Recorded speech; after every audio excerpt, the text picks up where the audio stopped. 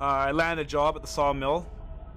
I showed up, dressed to work, eager to work, and they put me to work right away. They put me on the green chain. I worked there for about 3 days, and then was sort of asked if I wanted to work on the graveyard shift doing cleanup.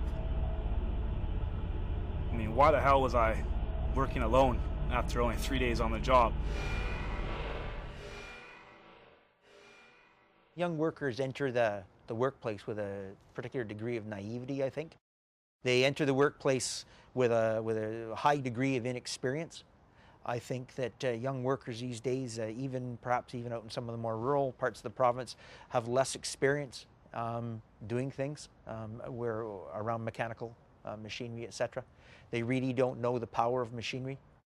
They also are quite often very, very scared to ask any questions. They're scared to ask the question, is there anything else I need to know? Is this safe? It was just like every other night, and that conveyor was clogged up with bark. And I knew what I had to do. I had to climb in that conveyor and basically get that bark out of there.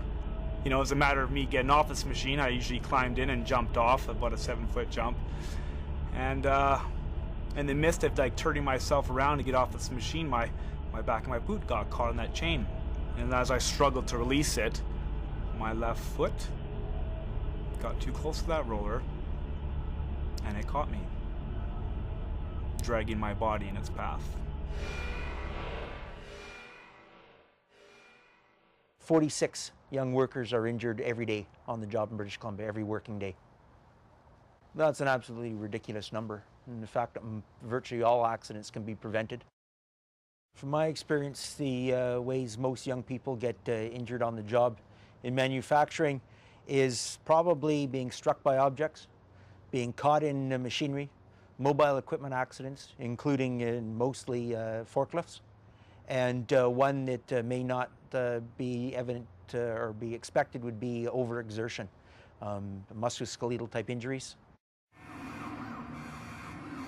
And let me tell you, all sorts of thoughts racing through my head. What was going to happen to me? Was I going to die?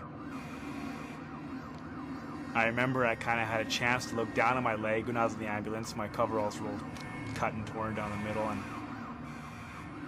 I almost stood up.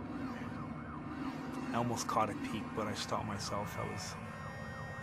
I was scared shitless to see what it might look like.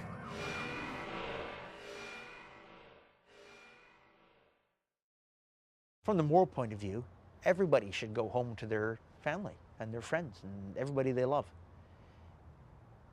From the legal point of view, there's a legal requirement that happen. And you can be held responsible, whether it's by the board itself or by the courts. You can be held responsible for that, and the repercussions can be quite severe. And from the financial point of view, it's just good business. The secret to any business being successful is minimizing losses. And accidents cause great financial losses. It's just bad risk management to take the chance that a serious accident may happen, one that you could, with some very simple solutions, prevent from happening. It's just bad business. At the time, I kind of blamed myself. Why was I so close to that roller? Why did I do that? As I've gotten older and more mature, and I've been talking about this and thinking a lot about this, it's like, why was I put in that situation in the first place? Why was I left alone? Why did I not get proper training? I was set up right from the get-go to fail.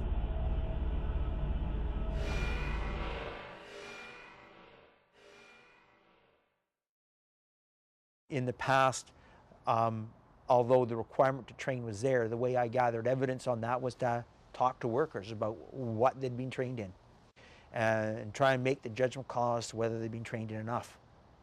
Now there's some specific basic things that are listed in the regulation that must be covered, and there must be documentation of that training.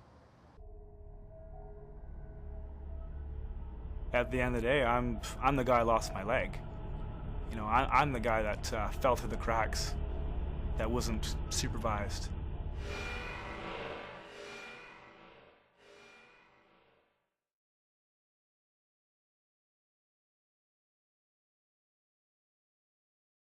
I would encourage all employers to just start. And sometimes I believe it can be quite intimidating for employers. They don't know where to start. There might be information overload with all of the things that they may have to draw from. But Rome wasn't built in a day. And doing just one thing, looking up one thing that you might be able to understand and grasp and implement in your workplace might save a life.